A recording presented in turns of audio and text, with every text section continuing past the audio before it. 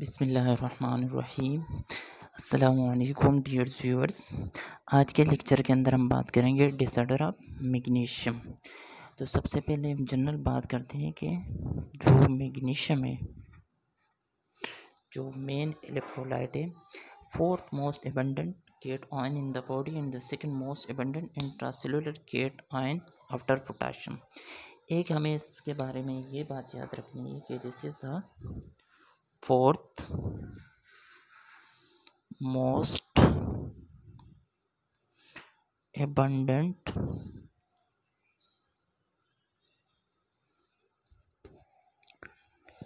cation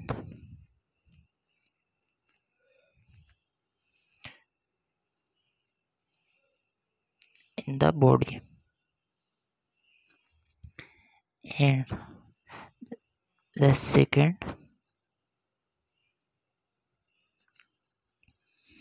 most abundant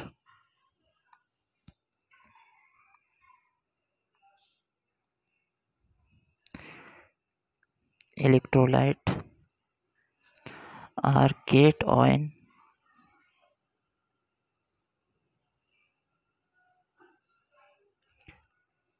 after potassium intracellularly।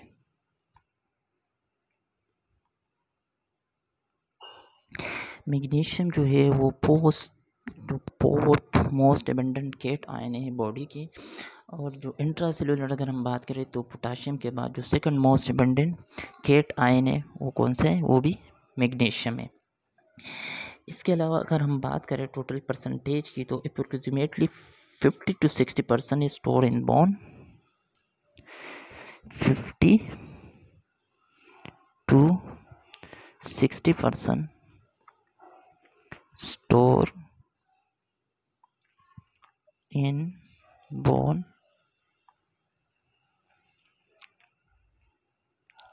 and the remaining 8 to 49% is contained in the body cell, 8 to 49% present in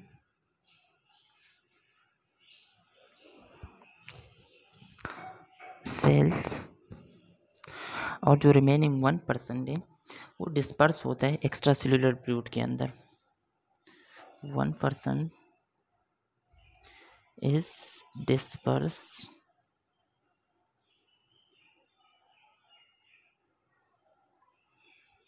in extra cellular fluid.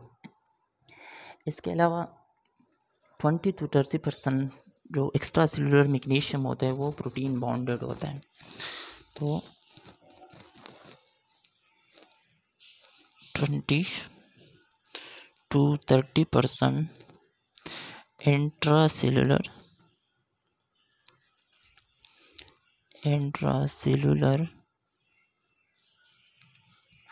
magnesium or magnesium is protein bonded, यानी ये protein के साथ bond होता है, protein bonded. अगर हम normal plasma concentration of magnesium की बात करें, नॉर्मल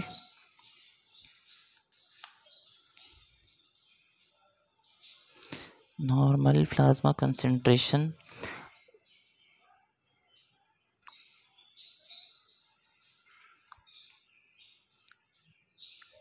ऑफ मैग्नीशियम तो वो है 1.8 to 3.0 mg/dl। ये इसके नॉर्मल रेंज है।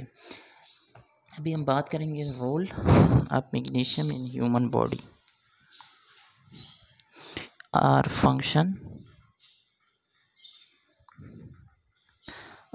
Role of magnesium in body के अंदर इस मैग्नीशियम का क्या रोल होता है। अगर हम बात कर लें, only recently is importance of magnesium to overall function of the body have been recognize, mean कि अभी रिसेंटली जो मैग्नीशियम के जितने रोल है वो अभी रिसेंटली डिस्कवर हुए। सबसे पहले हमें बात याद रखनी है कि act is cofactor for enzyme.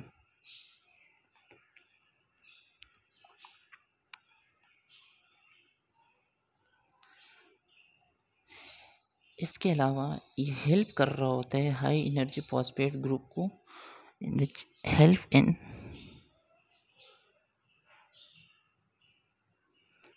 In generation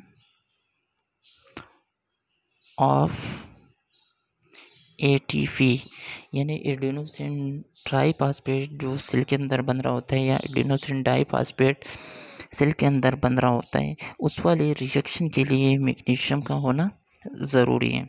इसके अलावा help in DNA replication, it's help in DNA replication. इसके अलावा अगर हम बात करें तो जो सोडियम पोटाशियम एटीफेजेज या सोडियम पोटाशियम पंप होता है, sodium potassium pump also required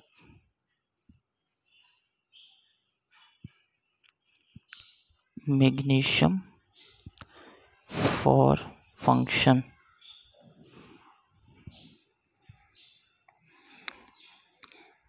इसके अलावा अगर हम बात करें तो नर्व्स की कंडक्शन के अंदर इसका भी रोल होता है। नर्व कंडक्शन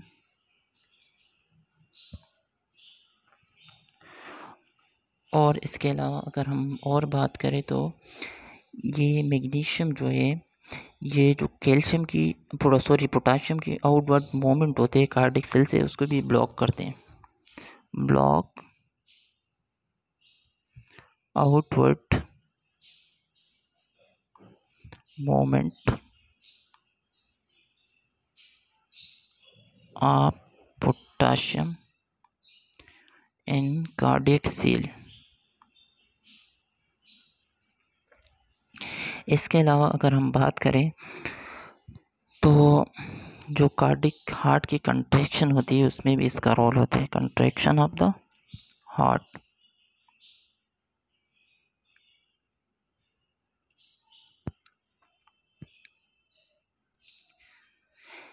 ये तो हो गए ह्यूमन बॉडी के अंदर मैग्नीशियम इलेक्ट्रोलाइट या आयंस के रोल। कि एक हमें ये याद रखनी है कि it is a cofactor for enzyme, के एंजाइम के लिए कोफैक्टर है। जो इंट्रासेलुलर एंजाइम होते हैं या इंट्रासेलुलर रिएक्शन होते हैं उसमें इसका रोल होता है एज अ कोफैक्टर। इसके अलावा it help in generation of ATP, जो एटीपी बन रही होती है उस रिएक्शन के अंदर इसका भी रोल होता है, हेल्प कर रहा होता है। इसके अलावा डीएनए रेप्लिकेशन में हेल्प करना, और इसके अलावा सोडियम पोटाशियम एटीपेसेस जो सोडियम पोटाशियम पंप है उसके लिए भी रिक्वायर्ड होती है पोटाशियम। इसके अलावा नर्व कंडक्शन और जो कार्डिक सेल के अंदर पोटाशियम की आउटवर्ड मूवमेंट होती है उसको भी वो कर रहा होता है, स्टॉप कर रहा होता है या ब्लॉक कर रहा होता है। इसके अलावा कंट्रैक्शन ऑफ द हार्ट। इसके अलावा जो कुछ बीमारियां होती है उसमें ये हमारे पास first line choice of drugs होती है। For example eclampsia in pregnant women,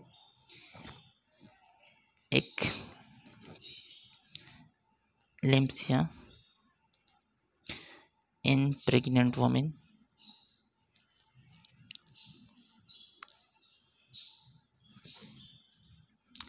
तो ये इसके अलावा अगर मैग्नीशियम कॉमनली जो यूज़ होते हैं वो न्यूरो प्रोटेक्टर एजेंट बच्चों के अंदर हम यूज़ करते हैं as a used as neuro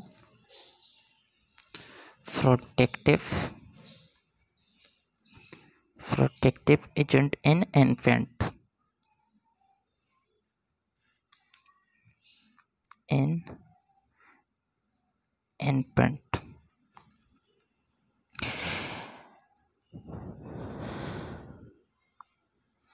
ये तो हो गए पोटाशियम के role in the human body.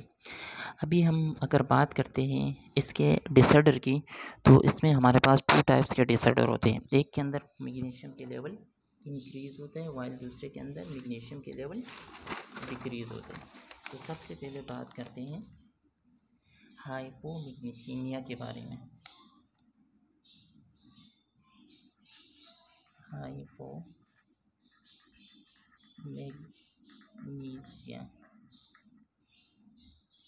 या मैग्नीसीमिया कि जब ब्लड के अंदर या बॉडी के अंदर मैग्नीशियम के लेवल कम हो जाए।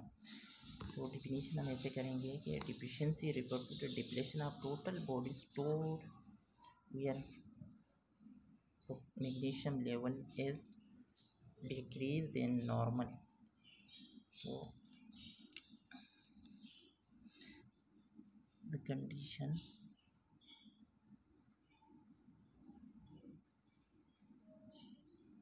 refer to decrease the total store amount of magnesium in the body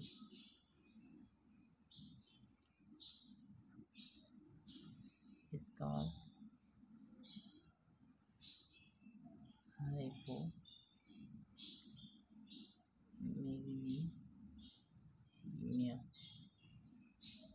इसको हम कहते हैं कि जब हमारे पास मैग्नीशियम के लेवल कम हो जाए, नॉर्मल लेवल हमें पता है कि 1 से जब ड्रॉप हो जाए तो हम उस कंडीशन को कहते हैं दिस इज़ कॉल्ड मैग्नीसीमिया। अभी हम बात करते हैं काजेज़ के बारे में या इटियोलॉजी कि कौन से काजेज़ होती है जिसकी वजह से बॉडी के अंदर मैग्नीशियम के लेवल कम हो जाए। तो सबसे पहले अगर हम काज की बात करते हैं इनटेक और कि हमारे पास इसके इनटेक कम हो जाए। नंबर फर्स्ट इनटेक और रीएब्जॉर्प्शन।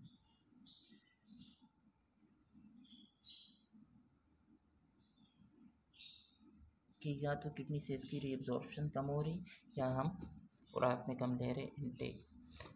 सेकंड नंबर जो काज है वो है स्टारवेशन। तो लॉन्ग टाइम के लिए अगर हम भूखे रहते हैं तो इसके सेकंड नंबर काज ये है। या माल एब्जॉर्प्शन, अगर हम खुराक में भी पूरे लेते हैं अगर इसकी एब्जॉर्प्शन सही नहीं हो रही तो एक काज उसकी हाइपोमैग्नीसीमिया के एक ही है। इसके अलावा अगर हम बात करें जो लोग उस पे होते हैं डायूरेटिक थेरापी पे होते हैं, डायूरेटिक थेरापी, इसके अंदर भी चांसेस होते हैं हाइपोमैग्नीसीमिया की। या जिन लोगों को हाइपर थायराइडिज्म होता है, हाइपर थायराइडिज्म या हाइपर एल्डोस्टेरोनिज्म, जिनके एल्डोस्टेरोन हार्मोन की सिक्रीशन ज़्यादा होती है, hyper aldosteronism.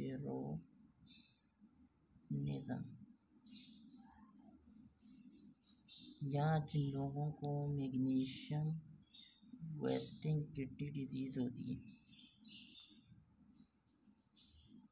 Magnesium wasting kidney disease. इसके अलावा magnesium deficiency can result from insufficient intake और एक्सेसिव बॉडी लूज, ये बात हमें याद रखनी है। इसके अलावा अगर हम सेकंड नंबर पे बात करें तो वो ये है कि movement between the extracellular and intracellular compartment. इसके अलावा अगर हम इसके इनटेक को कम कर दें या माल न्यूट्रिशन हो या स्टारवेशन हो, और माल न्यूट्रिशन वाले लोग हो या जिन लोगों को डायरिया हो, डायरिया क्रोनिक डायरिया, लोगों को क्रोनिक डायरिया हो, उसके अंदर भी इसके चांसेस होते हैं कि इसके कमी होगी। इसके अलावा kidney are able to defend against hypomagnesemia. They are also able to conserve magnesium and prevent hypomagnesemia. क्योंकि किडनी का काम होता है इसकी रिएब्जॉर्प्शन करवाना, तो वो भी हेल्प कर रही होती है कि इसके बैलेंस को मेंटेन रहे। अभी हम बात करेंगे क्लिनिकल मैनिफेस्टेशन की। ये तो हो गई काजेस। क्लिनिकल मैनिफेस्टेशन क्या होंगे?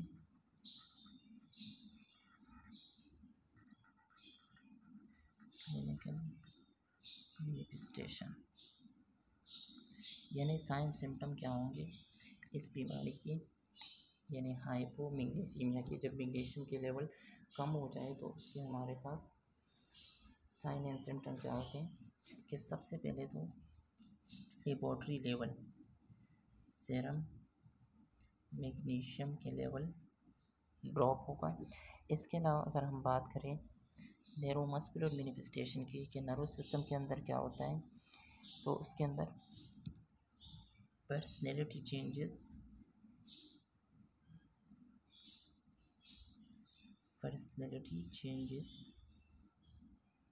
इसके अलावा नेस्टिग्मस यानी rapid movement of eye ball, इसके अलावा टिटैनी और पॉजिटिव बोविन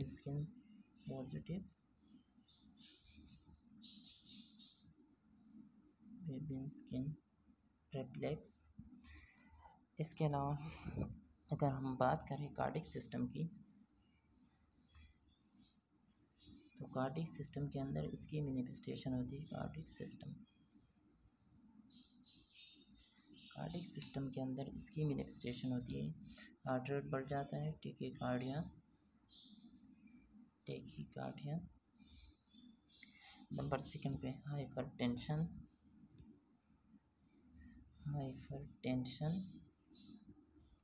और कार्डिक एरिथमियाज भी हो सकते हैं।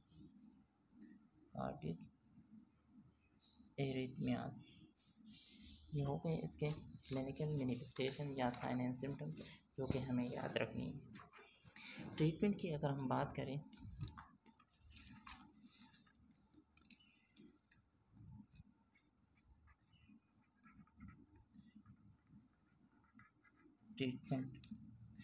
ट्रीटमेंट इसकी क्या होगी कि इस treated always with magnesium replacement.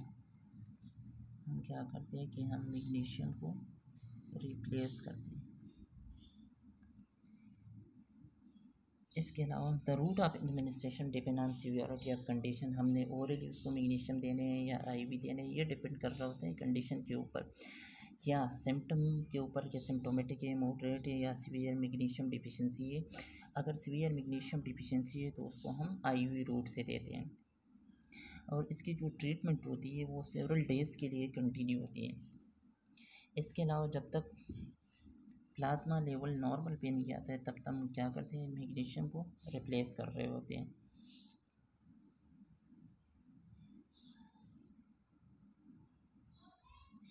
इसके अलावा अगर हम इस मरीज़ को मैग्नीशियम रिप्लेस कर रहे हैं तो हमें एक बात का ख्याल रखना है कि जो पेशेंट किडनी डिजीज़ के साथ होते हैं, किडनी बीमारी वाले जो मरीज़ होते हैं, उसके अंदर हमने ख्याल रखना है, क्योंकि इसकी एक्सक्रीशन नहीं होती तो क्या होता है कि क्वांटिटी ज़्यादा बढ़ जाती है और हाइपोमैग्नीशियम और मैग्नीसीमिया वाला पेशेंट हाइपर में जा सकता है। ये तो हो गया मैग्नीशियम के बारे में। तो लिटिल बिट रिव्यू ले लेते हैं कि मैग्नीशियम हमारे पास क्या है, कि this is the fourth most abundant cation है बॉडी के अंदर। एक बात हमें ये याद रखनी है, सेकंड मोस्ट एबंडेंट इलेक्ट्रोलाइट है। इंट्रासेलुलरली पोटाशियम के बाद सेकंड मोस्ट एबंडेंट सेल के अंदर ये होता है। 50 to 60% ये बोन के अंदर स्टोर होता है। 8 to 49% ये इंट्रासेलुलर होता है और 1% ये एक्स्ट्रा सेलुलर फ्लूइड के अंदर डिस्पर्स होता है। 20 to 30 ml इंट्रासेलुलर मैग्नीशियम वो प्रोटीन बाउंडेड होता है, और इसकी जो नॉर्मल रेंज है वो 1.8 to 3.0 mg/dl है।